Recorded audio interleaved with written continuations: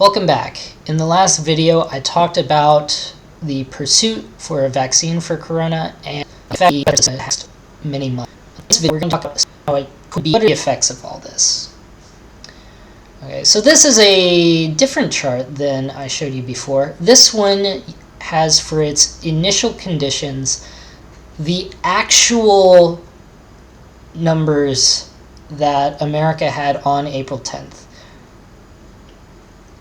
Okay, but this is still the do-nothing model. So let's scroll on down and start looking at social distancing. I need to zoom out a little. Okay. So again, this is the do-nothing model. I'm going to have to bring this in a little bit. Excuse me, coming through. Okay, I have two numbers here. This is the day that we lift social distancing restrictions, and this is the strength of social distancing. So 1 means that the infection rate is being cut by 1, which means it's the same as it was. So if I do 2, then it would be cut in half. If I did 3, it would be cut to a third. If I did 4, it would be cut to a fourth, etc. So 1 is no social distancing. Let's see what happens if we have a social distancing power of 2. Okay, this looks really good, actually. The U.S. healthcare system is completely unburdened. They can, I mean, it's no walk in the park, but it can handle this, for sure.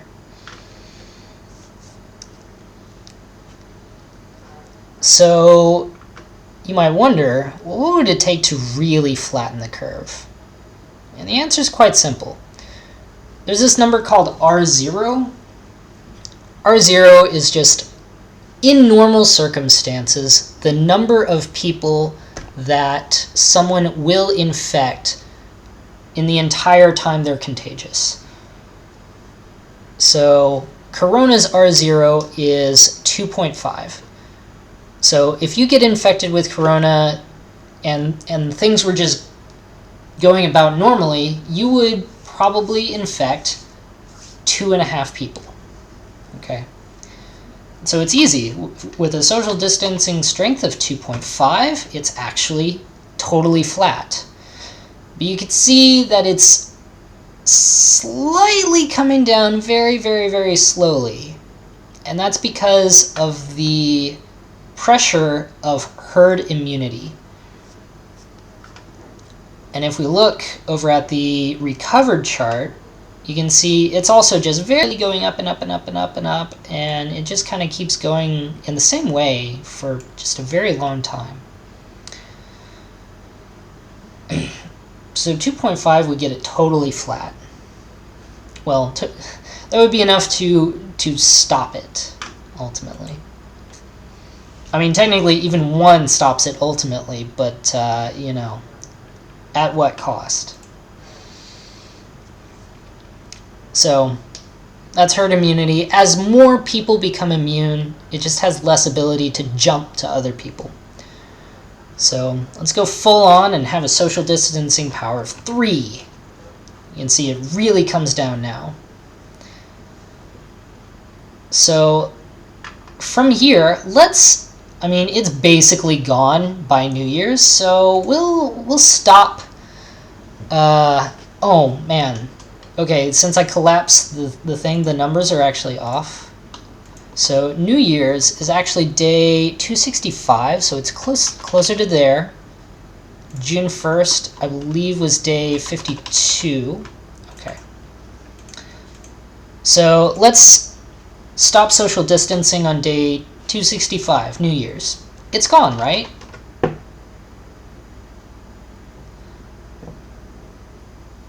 Why did that happen? Well, let's scroll up again. Okay, so New Year's is still 265. As you can see, there's still too much blue. There are just too many people who have not been infected. If we bring it down to just a few cases, but then ignore it, it can easily spiral out of control again. See, so as long as there's this mass of uninfected and there's no mass of recovered, this can happen.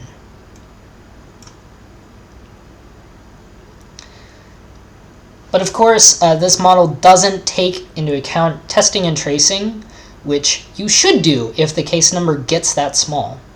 So at that point, you would just snuff out corona at its low point, just like you would do with SARS. But you would still need to stay vigilant until the world has a vaccine, or else corona had worked its way through all the other countries that didn't eliminate it, because if it got into the US again, it could easily spiral out of control again. And that process could take years. Okay, so you might wonder, what is America's social distancing strength? I'm glad you asked. I've been paying close attention to the numbers to make sure that it's been accurate in the 8 days since I started the model. And I can confidently say that the collective efforts of the whole United States have produced a social distancing strength of 1.4. Let me be brutally frank. Americans are bad at this. It's not that social distancing is impossible. Take a look at South Korea. Okay, their social distancing strength is somewhere between 2.6 and 3.9. South Korea's number of cases are actually going down. Their daily deaths are going down. America is just doing it so wrong. That's why you have 1.4 social distancing strength. Yet, you need that 1.4. Let's go back to 1. I mean, there's that red group. If it's above the blue line, they're just dead. They need life-saving care and can't get it. 1.4, that's exactly enough to at least save that group of people.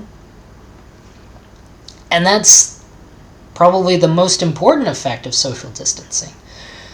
So and you can see, whether we do social distancing or not, my thesis stands. Corona is here to stay, at least until the end of the year. So here's what you can be doing during this time. Number 1, in fact, I'm gonna zoom in on this. Come on. Number 1, continue social distancing.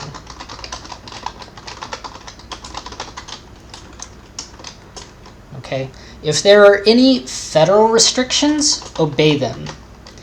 If your state has more intense restrictions than the federal government, obey your state.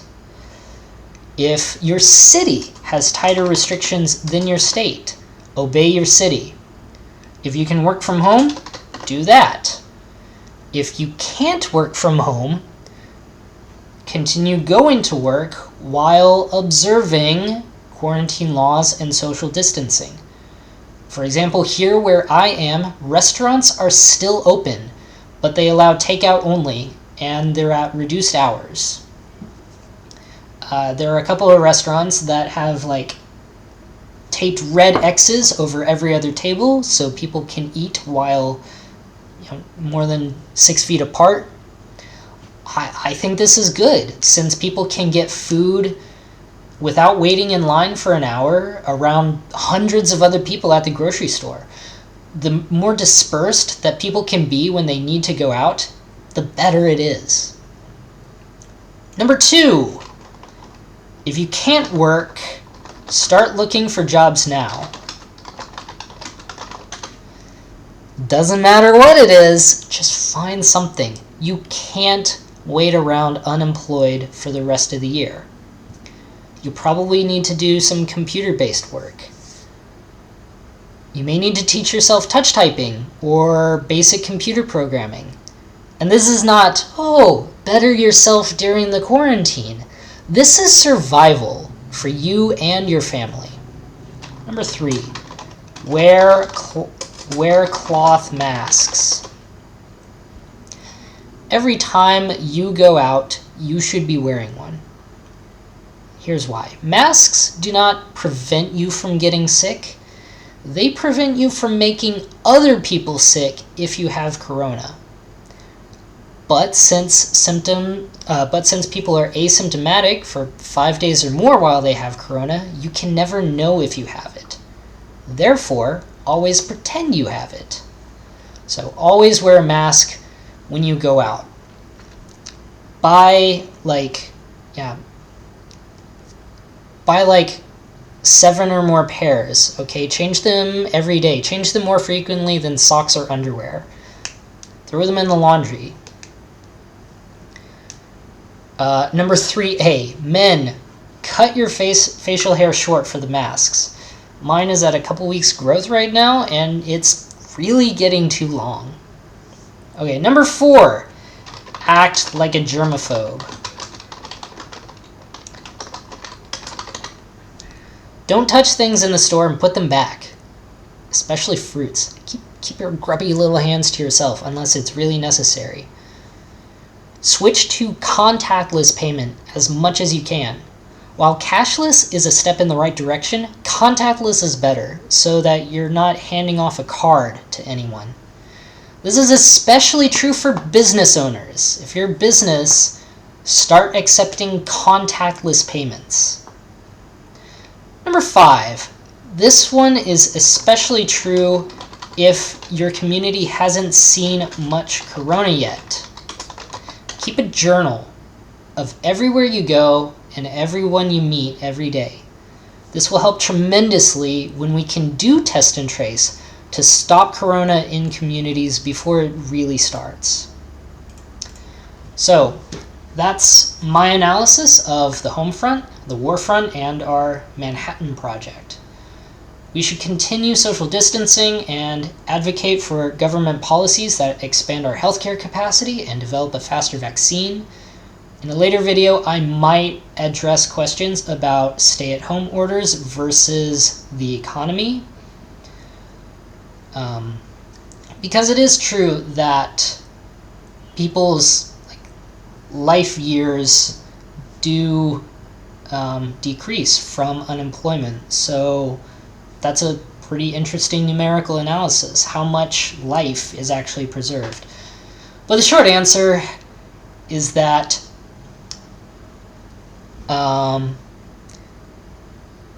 the short answer is that you really must do enough social distancing to get this, that the people who need healthcare to survive can get it. Okay, especially if you're not going to pour resources into a faster vaccine or expand the healthcare system. In fact, that's the appropriate amount of social distancing, enough that people aren't dying due to lack of healthcare. Any more than that would kind of be futile because the same number of people would eventually die anyway. And so the sad news for the US is that means the status quo. No reopenings until the fall. So I hope this has been informative for you, and I want to leave off with be alert, not anxious. Just like Dr. Mike says. Thank you. Bye.